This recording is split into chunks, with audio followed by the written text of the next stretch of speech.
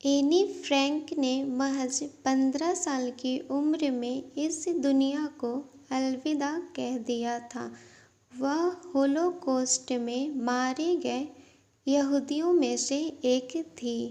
Any, जो कि एक यहूदी लड़की थी, उसने एक डायरी लिखी थी जो 20वीं शताब्दी की सबसे महान किताबों में से एक मानी जाती है।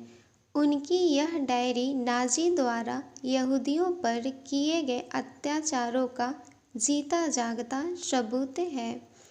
इस वीडियो में आप एन फ्रैंक के बारे में ऐसी बातें जानोगे जो शायद ही आपको पता हो, सो वीडियो को आखिरी तक ज़रूर देखना। Fact number 21। एनी का जन्म जर्मनी में हुआ था। जब एनी 4 वर्ष की थी तब जर्मनी पर नाज़ी का नियंत्रण हो गया था। नाज़ी से बचने के लिए फ्रैंक परिवार जर्मनी छोड़कर नीदरलैंड आ गए, लेकिन नाज़ी ने नीदरलैंड पर हमला करके वहां पर भी अपना कब्जा कर लिया। नीदरलैंड में सब यहूदी वहां फंस चुके थे। नाज़ी यहूदियों को ढूंढ कर कंसंट्रेशन कैंप भेज रहे थे। Fact number 20। उसी दौरान फ्रैंक परिवार ने वहां पर छिपने का निर्णय किया और वे सब एक बिल्डिंग के अंदर छुप गए। इस अपार्टमेंट का नाम सीक्रेट अनेक्स था।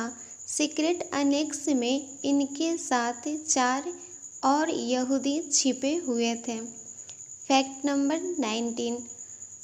सीक्रेट एनेक्स में छिपने से 24 दिन पहले ही एनी 13 साल की हुई थी। उनके पिता ने उन्हें उपहार में एक डायरी दी थी। 6 जुलाई 1942 को एनी और उसका परिवार सीक्रेट एनेक्स में छिपा था। यहाँ उन्होंने 2 वर्ष 35 दिन बिताए। इन्हीं 2 वर्ष के दौरान एनी ने अपनी डायरी लिखी थी। Fact number 18। 4 अगस्त 1944 को नाज़ी ने सीक्रेट अनेक्स छिपी फ्रैंक फैमिली को ढूंढ लिया और उन्हें एस्क्वाइस कंसंट्रेशन में भेज दिया। यहाँ पहुँचने पर पुरुषों और महिलाओं को बच्चों से एकदम अलग कर दिया जाता था। एनी के पिता जल्द ही अपने परिवार से अलग हो गए, लेकिन एनी, उसकी बड़ी बहन और माँ काफ़ी समय तक कैंप में इकट्ठे रहे। वहाँ उनसे काफ़ी मुश्किल काम करवाया गया। कुछ समय बाद एनी फ्रैंक व उसकी बहन को माँ से अलग कर दिया गया और दोनों बहनों को वर्जिन ब्लेसन कंसंट्रेशन कैंप में भेज दिया गया, जहाँ पर दोनों की मृत्यु हो गई। Fact number 17। आज तक पता नहीं चल पाया कि वह कौन शख्स था जिसने एनी व उसके परिवार के साथ विश्वासघात किया था। वह शख्स जानता था कि एनी और उसका परिवार कहाँ छिपा है। उसने ही जर्मन अथॉरिटी को उनके छिपे होने की खबर दी थी। Fact number 16। वह नाज़ी अफसर जिसने एनी और उसके परिवार को सीक्रेट एनेक्स से गिरफ्तार किया था, उसका नाम कार्ल सिल्वर वेबर था। जब द्वितीय विश्व युद्ध समाप्त हुआ तब उसने यह स्वीकारा था कि उसने एनी की किताब इस आशा के साथ खरीदी थी कि एनी ने अपनी किताब में उसका नाम शामिल किया होगा, लेकिन कार्ल को मायूस होना पड़ा। Fact number 15। जब कार्ल ने सीक्रेट अनेक्स पर धावा बोला और फ्रैंक परिवार का सारा कीमती सामान व पैसा जब्त कर लिया, लेकिन कुछ पेपर और नोटबुक को गैर जरूरी समझते हुए ज़मीन पर फेंक दिया। उसमें एनी फ्रैंक की डायरी भी थी।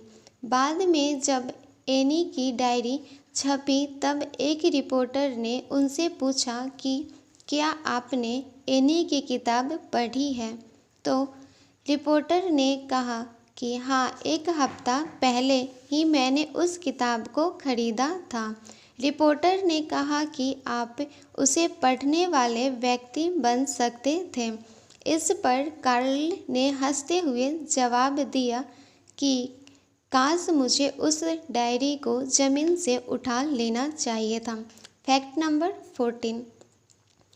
जब एनी की डायरी छपी तब हजारों लोग उस जगह को देखने जाने लगे जहां एनी और उसके परिवार ने छिपकर अपना समय बिताया था। 1960 में उस पूरी बिल्डिंग को एक म्यूजियम के रूप में बदल दिया गया। अब उसे एनी फ्रैंक हाउस कहा जाता है। आज भी हर वर्ष लाखों लोग म्यूजियम को देखने आते हैं। Fact number 13। सभी 8 लोग जो सीक्रेट एनेक्स में छिपे थे, उनमें से एनी के पिता ही अकेले ऐसे व्यक्ति थे जो कंसंट्रेशन कैंप से जिंदा वापस लौटकर आए थे। कंसंट्रेशन कैंप से वापस लौटकर उन्हें जानकारी मिली कि उनकी पत्नी व दोनों बेटियां मर चुकी हैं। Fact number 12। एनी की बड़ी बहन मॉर्गट फ्रैंक ने भी एक डायरी लिखी थी, लेकिन उसे कभी ढूंढा नहीं जा सका। Fact number 11। मेफगिस फ्रेंड परिवार की काफ़ी करीबी दोस्त थी। जब फ्रैंक व उसका परिवार सीक्रेट एनेक्स में छिपकर रह रहे थे, तब मेप अपनी जान जोखिम में डालकर फ्रैंक परिवार के लिए खाना व ज़रूरत का सामान लेकर आती थी। जब नाजी ने फ्रैंक परिवार को गिरफ्तार कर लिया, तब बाद में मीप वहाँ बड़ा सारा सामान उठाकर अपने घर ले आई, जिसमें एनी की लिखी डायरी भी थी। जब एनी के पिता कैंप से वापस लौटे तो मीप ने फ्रैंक की डायरी उनको सौंप दी। एनी के पिता ने वह डायरी प्रकाशित करा दी। Fact number 10। जब तक एनी की डायरी मीप के पास रही, तब तक मीप ने उस डायरी को एक शब्द भी नहीं पढ़ा था। डायरी छपने के बाद ही मीप ने उसे पढ़ा और कहा कि अगर मैंने वह डायरी आउटो फ्रैंक को देने से पहले पढ़ ली होती तो मैं उस डायरी को जला देती, क्योंकि उस डायरी में मेरा और मेरे पति का जिक्र किया गया था कि हम सीक्रेट एनेक्स में छिपे यहूदियों की मदद की थी। इसकी वजह से नाजी द्वारा हमें मृत्यु दंड दिया जा सकता था। Fact number 9। एनी के पिता ने एक बार पुरानी बातों को याद करते हुए कहा कि मेरे लिए यह डायरी पढ़ना बहुत मुश्किल हो रहा था, क्योंकि दुख भरी यादें मुझ पर हावी हो रही थी। एनी की बातें पढ़कर मुझे एहसास हुआ कि यह वह एनी नहीं है जिसे मैंने अपनी बेटी के रूप में जानता था। मुझे उस बच्ची के गहरे विचारों व जज्बातों का कोई अंदाज़ा नहीं था। Fact number 8। वैसे तो एनी की फ़ोटो इंटरनेट पर बहुत मिल जाएगी, लेकिन एनी की असली फ़ोटो की बात करें तो वह एक ही थी, जिसमें एनी 4 सेकंड के लिए नज़र आती है, जिसमें एक बार एनी के पड़ोसी की शादी के लिए फ़ोटो शूट हुआ था, जिसमें एनी खिड़की से नए शादीशुदा जोड़े को देखने की कोशिश कर रही है। द्वितीय विश्व युद्ध के ख़त्म होने के बाद यह फ़ोटो उस शादीशुदा जोड़ी ने एनी फ्रैंक म्यूजियम को सौंप दी थी। Fact number 7। नेल्सन मंडेला जब जेल में थे तो उन्होंने एनी की डायरी पढ़ी, जिससे उन्हें बहुत हिम्मत व आशा मिली थी। 1994 को मंडेला को एने फ्रैंक फाउंडेशन की तरफ से ह्यूमैनिटी अवार्ड दिया गया था। फैक्ट नंबर 6, एक बात एनी की डायरी पढ़ने से मालूम हुई कि एनी की अपनी माँ के साथ बहुत ज़्यादा अच्छे रिश्ते नहीं थे। उनके बीच अक्सर झगड़े होते थे। एनी अपने पिता के ज़्यादा करीब थी, जबकि बड़ी बहन माँ के ज़्यादा करीब थी। फैक्ट नंबर 5, ऐसा माना जाता है कि एनी की यह डायरी बाइबल के बाद दूसरी सबसे ज़्यादा पढ़ी जाने वाली किताब है। यह दुनिया की सबसे मशहूर डायरी है, जिसका 70 से भी ज़्यादा भाषाओं में अनुवाद किया जा चुका है।